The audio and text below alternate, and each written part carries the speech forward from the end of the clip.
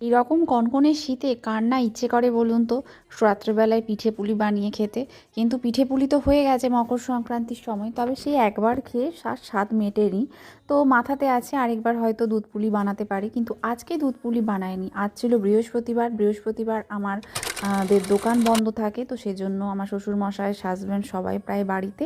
তো এই দিকে করছি আমি সরু চাকলির জোগাড়। দুপুরবেলাতেই আমি চাল ডাল বেটে রেখে দিয়েছিলাম, আর চাল ডালটা না আমি যেহেতু আমার জায়গাটা একটু ছোট, ওই জন্য দুটো জায়গায় ডিভাইড করে নিয়েছি।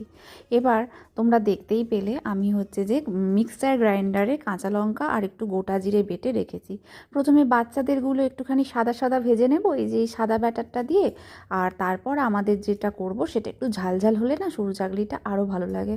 এটা আমার যদিও বা নতুনত্ব রেসিপি, এই ঝাল সরু চাকলি তোমরা বাড়িতে বানিয়ে দেখতে পারো, আশা করি ভালো লাগবে তোমাদের। আর আজকে স্পেশাল গেস্ট হিসেবে এসেছে আমাদের বাড়িতে ইনভাইটেড আমার ননদ নন্দাই আর তার দুটো পুচকি। তো যাই হোক, সবাই মিলে আজকে রাত্রিটা খুব ভালো করে আমরা এনজয় করলাম। ওরা যদিও বা বাড়ি চলে গিয়েছিল। তো সরু চাকলি আর পায়েস ছিল আজ আমাদের রাতের মেনু। তো সরু চাকলিগুলো প্রত্যেকটা খুব ভালোভাবে উঠেওছে। আর এই ঝাল সরু চাকলির রেসিপি তোমাদের কেমন লাগে আমাকে অবশ্যই কিন্তু জানিও।